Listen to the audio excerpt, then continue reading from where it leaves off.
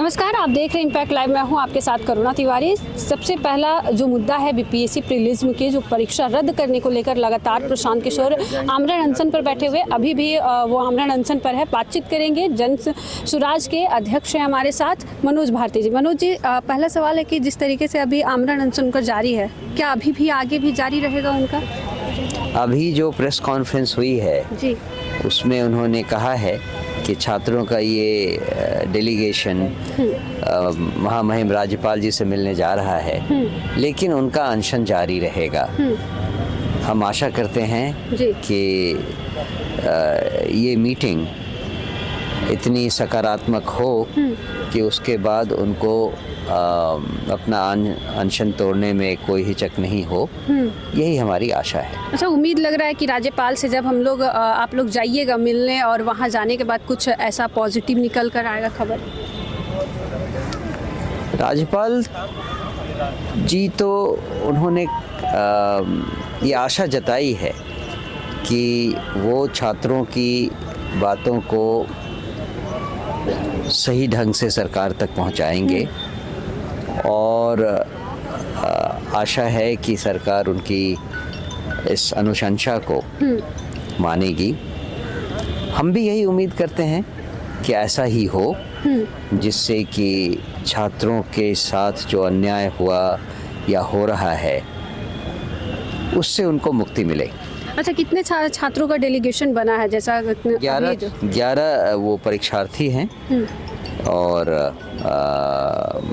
आनंद मिश्रा जी हमारी तरफ से जाएंगे, उनसे बातचीत कर। अच्छा, जैसा कि प्रशांत किशोर ने कहा कि कोई भी पार्टी के व्यक्ति नहीं जाने वाले, वहाँ पे आनंद मिश्रा क्यों जा रहे हैं? वो केवल इसलिए कि वहाँ जो प्रोटोकॉल है वो उससे आनंद मिश्रा जी वाकिफ़ हैं और वो छात्रों को गाइड कर सकें उस प्रोटोकॉल के थ्रू। क्योंकि छात्र पहली बार इतने हाई प्लेस्ड ऑफिस में जा रहे हैं तो उनको कोई परेशानी ना हो, उनकी देखभाल हो, बस केवल इसीलिए वो जा रहे हैं। अच्छा, राजनीतिक गलियारों की भी अगर चर्चा करें सर, तो उसमें कहा जा रहा है कि प्रशांत किशोर अब अपनी रोटियां सेक रहे हैं, बीपीएससी को आगे कर दिए हैं अभ्यर्थियों को, और खुद विधानसभा चुनाव की तैयारी कर रहे हैं। ये तो बहुत फार फेच्ड ये है जी, स्पेकुलेशन है। आप अगर देखें तो ये लड़ाई बेसिकली भ्रष्टाचार और अन्याय, कानून व्यवस्था की कमी, इसके खिलाफ है।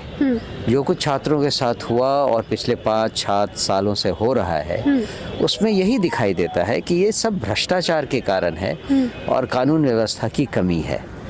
इस कारण से प्रशांत किशोर छात्रों के साथ जुड़े हैं जी। और अगर आप दूसरी तरफ से देखें तो ये जन स्वराज का अपना भी आग्रह है जनता से कि आपके साथ जो समस्याएं हो रही हैं, जिसका समाधान नहीं निकल रहा है, उसके पीछे भी अत्याचार, ये भ्रष्टाचार और कानून व्यवस्था की कमी ही है। तो कहीं ना कहीं ये मुद्दे जनता को समझाने के लिए बहुत अप्रोप्रिएट लग रहे हैं जी। ये हम इलेक्शन में जाएं या ना जाएं, हम इलेक्शन में जीतें या ना जीतें, इससे ज़्यादा ज़रूरी है बिहार में जनता जागरूक बने, उनको उनके ही अगेंस्ट हो रहे अत्याचार और अव्यवहार और जो उनकी समस्याओं के मूल में है,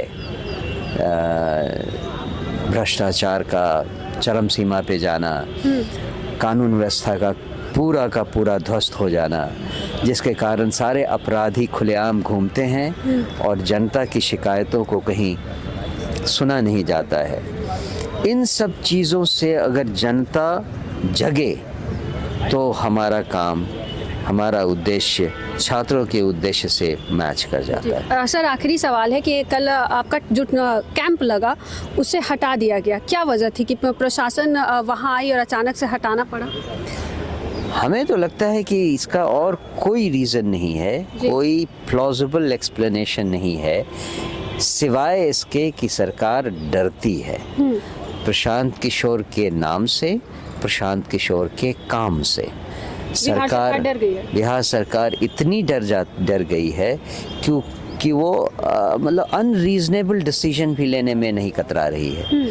जिस ज़मीन पे वो बन रहा था कैंप, वो ज़मीन प्राइवेट है, उसके लिए प्रॉपर मुआवजा वगैरह दिया गया है, उसके ओनर्स को इससे कोई प्रॉब्लम नहीं है, उसके बगल में बहुत सारे सेटलमेंट्स ऑलरेडी हैं।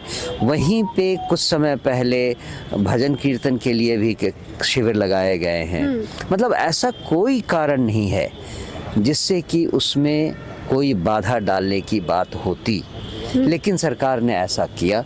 अब आप बताइए, जनता खुद सोचे कि इसके पीछे क्या कारण हो सकता है। जी देखिए, बिहार की जो राजनीति है ना, वो लगातार राजनीतिक गलियारों में यही चर्चा चल रही है कि प्रशांत किशोर के आमरण अनशन से बिहार सरकार डर गई है। ये उनके अध्यक्ष का भी कहना है, मनोज भारती जी का भी। आपका इस पे क्या कहना है कि क्या वाकई में बिहार सरकार डर गई है यहाँ के जो विधि व्यवस्था को देखकर? अभी हमारे साथ साझा करो, देखते रहे इम्पैक्ट लाइव। धन्यवाद।